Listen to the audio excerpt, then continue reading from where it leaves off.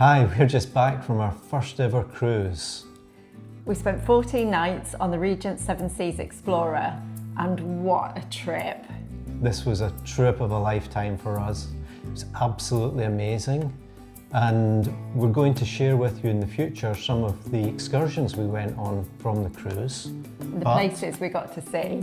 Yeah, but First, we're going to do a walk through the ship, and we're hoping that you can see through our eyes as first-time travellers some of the experiences that we had on board.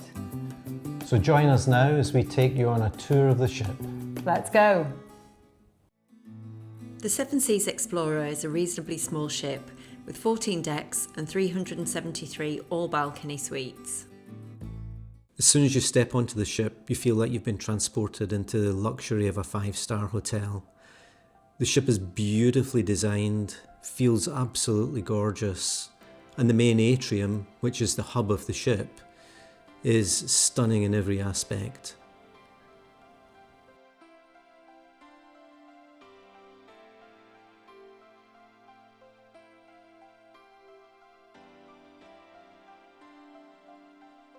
You really don't think you're on a small ship at all.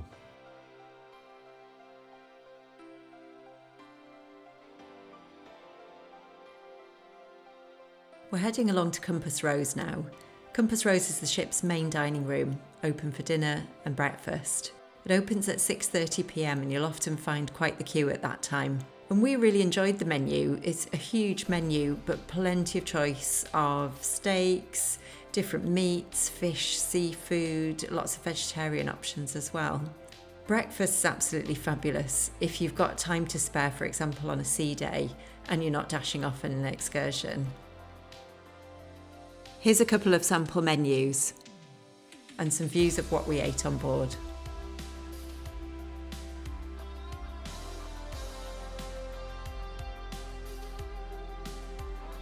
Off the right of the atrium is a small casino. This is beautifully set out with a few card tables and a few slot machines. Never really got busy, to be honest. Now we're coming into the Explorer Lounge, which is one of 3 large lounges on board. Plenty of seating, quite a nice place to spend time during the day, but particularly great in the evening for a cocktail or maybe a glass of wine before dinner. There's always entertainment here in the evening, could be a jazz group or maybe a vocalist, and it's a lovely spot to gather. There's a small dance floor as well, and we actually did see people dancing on quite a few occasions.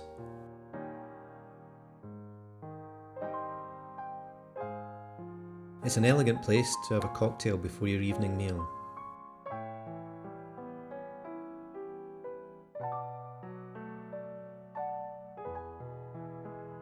There are 2 shops on board.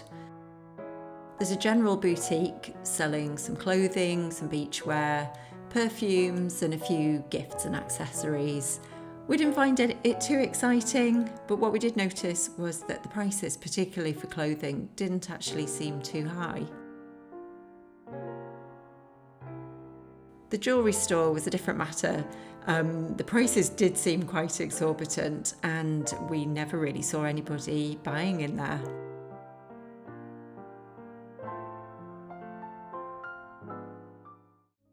The main theatre is quite something to behold. It's beautifully set out, luxurious wood, has a fantastic feel to it.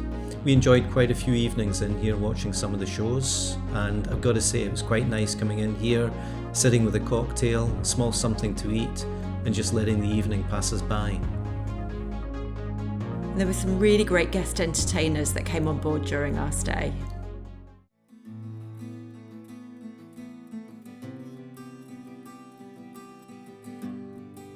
Now we're up on deck 5, which is where the specialty dining begins. We loved Pacific Rim, which is an Asian fusion restaurant, with absolutely delicious food and really lovely service from an all-female team. We ate dinner here on 2 occasions.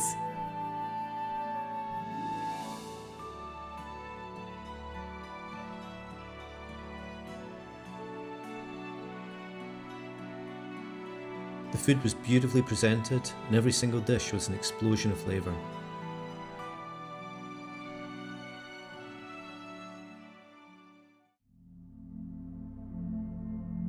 Also on this level, there's a well-appointed spa.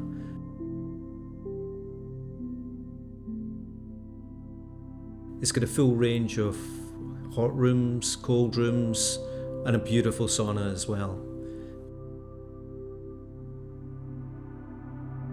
Honestly, it didn't really get that busy. In fact, I hardly ever saw anybody in any of the rooms.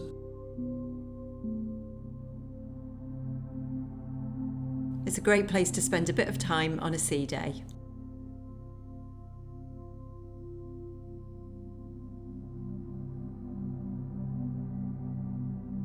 It's so well appointed, you could actually be forgiven for thinking you were at a 5-star spa hotel.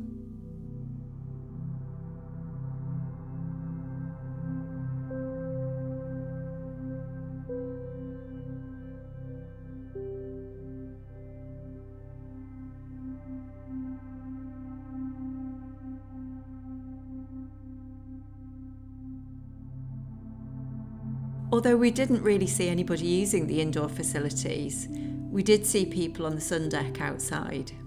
This is a good inside tip. Come to this area at the back of the ship and enjoy a quiet time with the loungers and the infinity pool away from the bustle of the main swimming area. Next area is my favourite, Coffee Connections. This is just like a fantastic little coffee shop.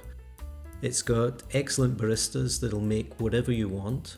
It's also got a series of self-service machines, which are normally in use during the night.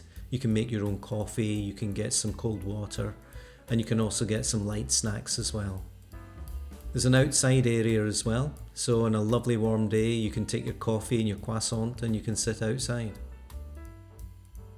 Nice for an early breakfast.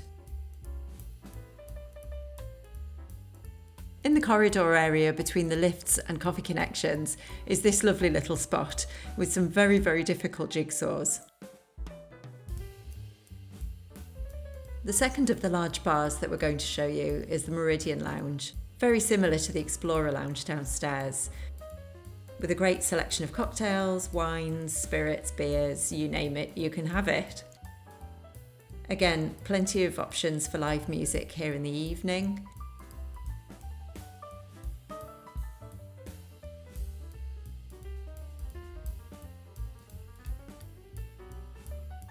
And activities during the day. This is where the daily afternoon tea is held. As Brits, we weren't particularly impressed with Seven Seas Explorer's afternoon tea. Right at the centre of Deck 5 is the reception area. This was actually the first area that we saw as we boarded the ship. It's a beautiful lounge, set out very nicely, and is actually a nice place to just relax during the day. It's next to Coffee Connections, so you can grab some coffee and cake and just sit in here and watch the views go by. You can also chat to the staff if you're looking to make additional specialty restaurant bookings.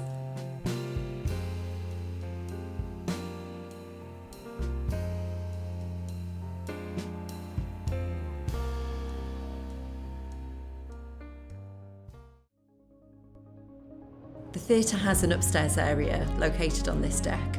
We really enjoyed sitting up here, perching up here and people watching.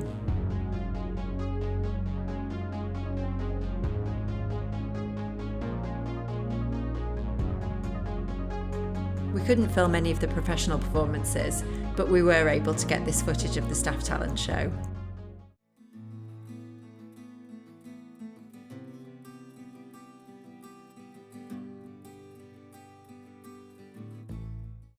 On Deck 6, we have the gym and fitness centre. And believe me, with all the food and the drink that's on board the ship, you're going to need to visit this place. It's actually really well laid out, 2 sides to the gym, with a full suite of cardio machines, weights machines, and also free weights. There's an area for exercise classes as well. As you might expect, this area did become quite busy at times, with people trying to work off the meals that they'd had. Particularly on a sea day. Possibly the best view we've ever had from a gym.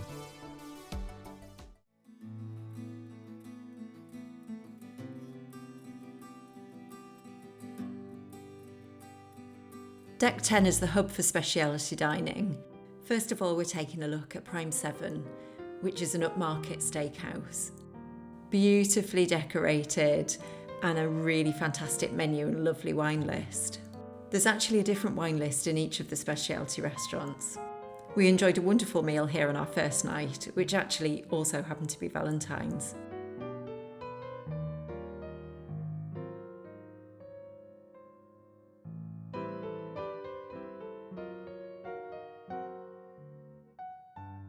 As you would expect, the steaks here are simply amazing. We actually managed to eat here on 3 occasions.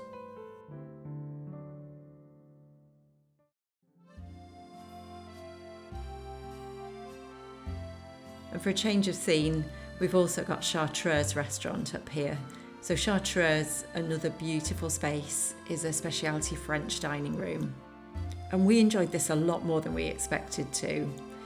The menu itself is quite classic, but you know, the French get a lot of things right when it comes to cuisine.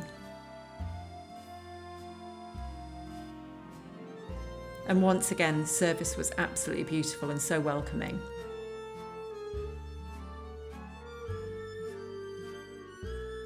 The food was so much better than it sounded on the menu. It was possibly our favourite restaurant on board.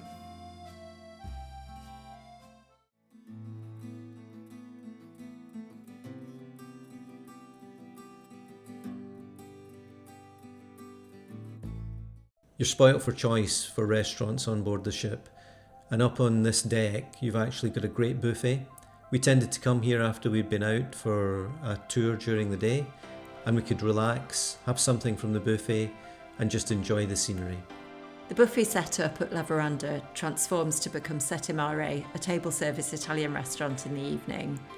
As we were sailing in Southeast Asia, on a couple of evenings, and I think lunchtime as well, there were some regional specialities on offer in the buffet at La Veranda. Sometimes you just need some comfort food or to grab a quick bite when you come back in from an excursion. And the pool grill is where you can find that kind of thing: nachos, wings, ice creams. Deck 11 is a beautiful traditional pool area. Plenty of loungers and no raucous pool parties.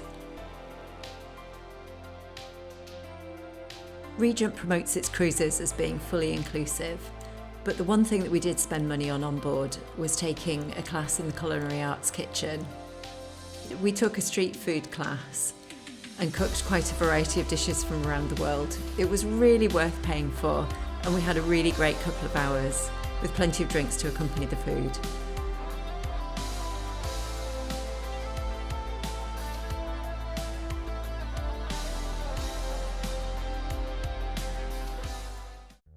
If you love your cognacs and your fine cigars, the Connoisseur Club is the place to go. You can buy some beautiful cigars and some lovely cognacs and relax in a club atmosphere too. We were really surprised to find that some guests were doing an extended itinerary of 60 or 90 nights or even longer, so they would probably come to use the library at some point. We just came in to have a look at the famous leather floor, which deadens footsteps to keep things quiet for people reading.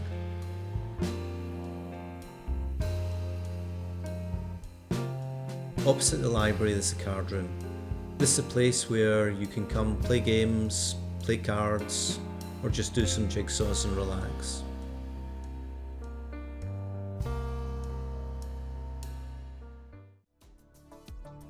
Now we're heading to the observation lounge, the last of the 3 large bars on board. It's a really huge space, but it does fill up, particularly for the afternoon quiz. The Explorer Lounge and the Meridian Lounge is a great selection of snacks and cocktails, wines, beers, spirits, you name it, and a larger dance floor in this space.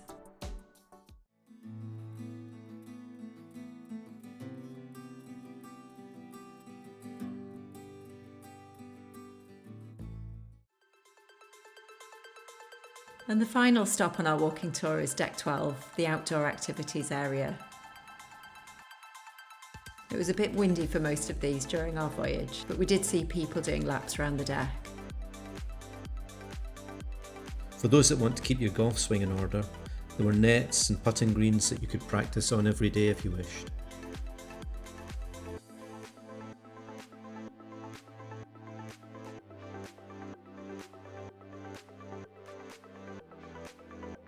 If you've enjoyed this video, why not have a look at our other video, a tour of our concierge suite on board.